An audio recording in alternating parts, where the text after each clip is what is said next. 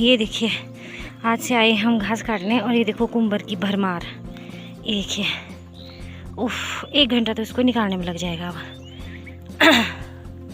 वहाँ से लेके आके भी पहुँच चुकी हूँ मैं घासेड़ में और जैसे कि आपको मैंने दिखाया इतने कुंबर चुप चुके हैं ना, इसको निकालते निकालते तो 1 घंटा लग जाना है, पूरा 1 घंटा। उतने में तो घर को जाने का टाइम हो जाएगा क्योंकि आज हमने रास्ता ही काटना था थोड़ा तो नहीं है तो काफ़ी ऊपर तक, लेकिन फिर भी 10 बजे तक काटना था। तो चलिए काट लेते हैं, पहले तो कुंबर ही निकाल लेती हूँ।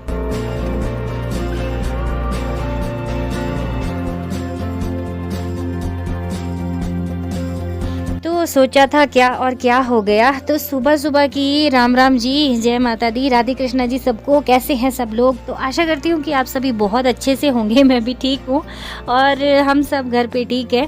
और जी यहाँ पे देखिए सोचा क्या था और हो क्या गया। मैंने सोचा था कि रास्ते में इतना ज़्यादा घास तो होता नहीं है तो कुंबर जो है वो शायद नहीं होंगे, लेकिन भाई उसका अपोजिट हुआ सारा का सारा। ये देखिए मैंने सोचा कि शायद लोगों ने काटा होगा रास्ता थोड़ा बहुत ना नीचे से स्टार्टिंग से, लेकिन किसी ने नहीं काटा था। और बीच में मतलब हमारा स्टार्टिंग से स्टार्ट नहीं होता, थोड़ा सा ऊपर जाके, लेकिन वहाँ तक पहुँचते पहुँचते ये देखिए क्या हालत हो गई। और 2 घंटे लगे मुझे पूरे इसको निकालते हुए कुंबर को। तो कुंबर जो है ये बहुत ही खतरनाक घास होता है भाई, लेकिन इसको खाते हैं पशु ऐसे तो, लेकिन फिर भी ना ये जब चुभ जाता है ना तो इसको निकालना बहुत ही मुश्किल और बहुत ज़्यादा देर तक मैं इसको निकालती रही, मशक्क़त करती रही। ज़िंदगी में भी ऐसे ही होता है ना, हम चाहते हैं कि हाय हमें फूलों का वो मिले है ना रास्ते चलने को, लेकिन कितने कांटे होते हैं हमारे रास्ते में, कितनी परेशानियाँ होती है ना। बोलने का मतलब ये है कि हमें अपनी ज़िंदगी से भी इसी तरह से एक एक कठिनाई, एक एक परेशानी, एक एक दुख दर्द को है चुन चुन के साफ़ करना है। हड़बड़ी में करेंगे ना अगर कुंबर को साफ़ तो हाथ में चुभ जाते हैं और इतना गहरा घाव लगता है ना, बहुत दर्द होती है। तो वैसे ही हमारी लाइफ में भी होता है ना, अगर हम जल्दबाजी में करेंगे ना हड़बड़ी में कोई भी काम, तो हर काम को बहुत ही समझदारी से और शांति से और सोच समझ के करना होता है।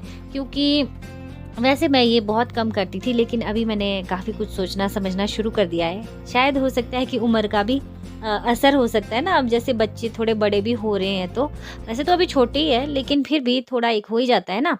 तो यहाँ पे घास लग गई हूँ काटने और सेम प्रॉब्लम, ट्राइपॉड लेके नहीं आई भाई घासड़ में, क्योंकि फिर वापस जाऊंगी तो फिर ट्राइपॉड उठाऊंगी कि ये उठाऊंगी, घास उठाऊंगी, दिक्कत हो जाती है ना। और फिर रास्ता भी बड़ा ख़राब है हमारे। तो अब से आपको पहाड़ियाँ, सुंदर सुंदर पहाड़ियाँ देखने को मिलने वाली हैं मेरे व्लॉग में। और अगर आप गाँव की सुंदर सुंदर जीवन, मतलब गाँव का कितना अच्छी होती है ना, साफ़ सुथरा स्वच्छ और बिल्कुल शुद्ध प्योर होती है गाँव की ज़िंदगी, वो देखना चाहते हैं, पहाड़ी लाइफ आप देखना चाहते हैं, सुंदर सुंदर पहाड़ियाँ देखना चाहते हैं, तो प्लीज़ चैनल को सब्सक्राइब ज़रूर कीजिएगा और वीडियो को पूरा देखिएगा। अगर आपको वीडियो अच्छी लगेगी तो प्लीज़ वीडियो को लाइक ज़रूर कर दिया कीजिए, कर सके आप तो मेरी वीडियो को शेयर भी कीजिएगा। तो हमने 2-3 दिहाड़ी वाले भी लाए हुए हैं और मैं आई हुई थी साथ में इनके, तो हमने सोचा कि चलिए रास्ता जो है उसी को शुरुआत करते हैं वहीं से ही। वैसे तो अभी हमने खेत का काम पूरा कर लेना है, लेकिन थोड़ा थोड़ा रास्ता निकालना ही पड़ेगा क्योंकि ये बिल्कुल ज़रूरी हो चुका है अब, क्योंकि लोगों ने घास काटने जाना है ना तो फिर रास्ते से ही जाएंगे। तो शुरू में मतलब बीच में हमारा काफ़ी पड़ता है यहाँ पे, तो ये हमें काटना पड़ता है।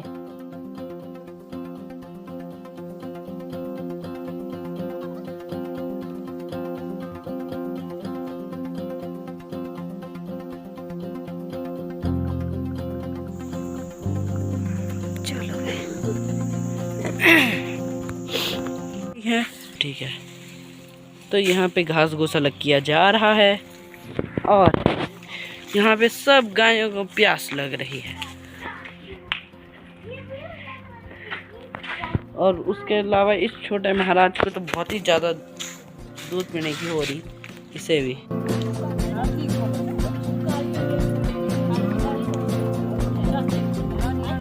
और घास लेके वापस आई, गाय को पानी पिलाया और यहाँ पे देखिए मम्मी बैठे हुए हैं, ये सेब काट रहे हैं और मेरे ननद जी आए हुए हैं और ये लगा रहे थे खुशी के बालों में तेल, क्योंकि आजकल बच्चों का ऐसे ही हो गया ना कि बच्चों को बिल्कुल ध्यान नहीं रहता कि तेल लगाना है सिर में कि नहीं लगाना है। मतलब आजकल के बच्चे तेल को ज़्यादातर अवॉइड ही करते हैं। तो यहाँ पे ये तेल लगा रहे थे और फिर मुझे याद आया कि मेरी नैना के भी बहुत ज़्यादा डैंड्रफ है सिर में, तो फिर उसके सिर में भी मैंने तेल लगाया यहाँ पे, लेकिन उस टाइम वीडियो नहीं बना सकी। और मम्मी यहीं पे बैठे थे। तो हमारे ना आंगन काफ़ी खुला है आगे, तो यहाँ पे घास होती है ना, हरी हरी जो इन्होंने मेरे पिछले व्लॉग देखे तो उनको पता होगा कि बरसात के दिनों में बहुत सुंदर हरी हरी घास होती है। तो हम यहाँ पे आराम से बैठ के धूप भी सेकते हैं।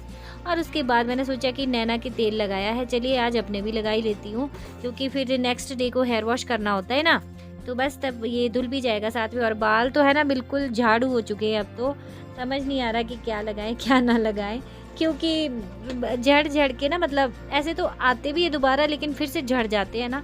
और अभी मेरे बाल जो पहले तो काफ़ी लंबे थे, लेकिन अभी बहुत दुख होता है देख के क्यों इतने झड़ चुके हैं। तो आप लोग भी बताइएगा। वैसे तो मैं काफ़ी कुछ लगाती रहती हूँ, जैसे एलोवेरा वगैरह है ना, प्याज का रस भी लगाती हूँ, तो कुछ टाइम को ठीक हो जाती है हेयर फॉल की प्रॉब्लम, उतने फिर से हो जाती है। तो हो सकता है कि ये शायद कोई अंदरूनी कमज़ोरी होती है ना कई बार, जैसे आयरन कैल्शियम कुछ उसका भी हो सकता है इफ़ेक्ट, कि ऐसा हो उस वजह से। तो यहाँ पे अच्छे से ऑयलिंग जो है वो मैंने यहाँ पे बालों में कर ली है। और धूप में बैठ के तेल लगाने का मज़ा ही कुछ और है ना।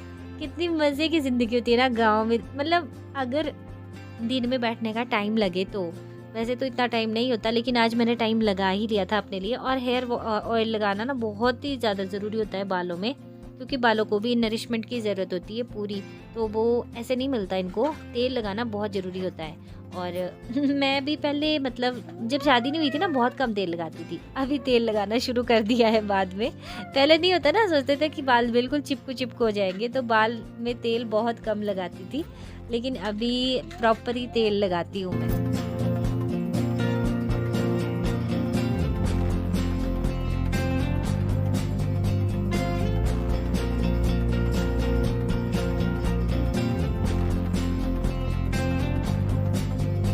तो दिन की प्यारी प्यारी धूप से व्लॉग ने सीधे जंप मारा है शाम के अंधेरे में। तो अभी 7:30 हो चुके थे शायद, और मैं यहाँ पे दाल सब्जी बनाने की तैयारी कर रही हूँ। ये देखिए मैंने तड़का लगाया हुआ है कुकर में, और ज़्यादातर ना दाल ही बनती है भाई। मेरी नैना तो बस उसको तो दाल ही चाहिए होती है। और वैसे भी ना इसको, मतलब ऐसे डॉक्टर वगैरह बोलते भी है कि बच्चों को हरी सब्जियाँ बहुत ज़रूरी होती है, लेकिन क्या करें जब बच्चे बहुत दुखी करते नहीं खाते, तो कई बार तो मैं करती हूँ ना, दाल में ही डाल देती हूँ हरी सब्जी भी काट के ना, जैसे साग वगैरह होता है कुछ, इसको ज़्यादातर दाल चाहिए बस। तो यहाँ पे मुझे मतलब आदत है कि जब भी मैं कुछ खाना खुना वगैरह बनाऊँ तो मैं कुछ ना कुछ गुनगुनाती रहती हूँ, तो भगवान का नाम याद करती रहती हूँ। तो ये ज़िंदगी ना पता नहीं कब ख़त्म हो जाएगी। 4 दिन की ज़िंदगी है, और 2-3 दिन तो हमारे मतलब स्कूल में आने-जाने में, और ज़िंदगी की जितनी भी ज़रूरतें हैं ना, मतलब हर चीज़ ज़रूरी भी है, जो हमारे मतलब जीवन को जीने के लिए ज़रूरी चीज़ें इकट्ठा करने में निकल जाती है। और भगवान को याद करना ना हम कहीं भूल ही जाते हैं। तो मैं सोचती हूँ कि स्पेशल में मुझे टाइम ना लगे कभी घंटी बजाने का भगवान के पास, लेकिन फिर भी जब भी मुझे टाइम लगता है ना, मैं बस भगवान को कभी भजनों में याद करती रहती हूँ, जो मन में आता है मेरे, मैं गाती रहती हूँ। मेरी ऐसी आदत है, क्योंकि मैं सोचती हूँ कि स्पेशल टाइम ना लगे, तो जब टाइम लगे बस तभी भगवान का नाम जो है वो गुनगुनाते रहो। अवध में राम आए हैं, सजाते राम आए हैं। अरे सरकार राम के बच्चा कहाँ है? राम का बच्चा ओए राम के बच्चे कहाँ गया तू? भगवान है ओ। लगी कुटिया लगी कुटिया भी दुल्हन से, अवध में राम आए हैं। तो आज मैंने छोटा सा व्लॉग जो है ये आपके साथ शेयर किया, तो जितना कैप्चर कर पाई। उम्मीद है आपको अच्छा लगा होगा। अच्छा लगा तो प्लीज़ वीडियो को लाइक शेयर कीजिएगा, और भगवान का नाम लेना कभी मत भूलिए। टाइम लगता है तो भी, और टाइम ना लगे तो भी काम करते साथ साथ भगवान का नाम लीजिए, कितना मज़ा आता है ना सच्ची में। और चलिए व्लॉग का एंड यहीं पे मिलूँगी आपसे फिर। बाय।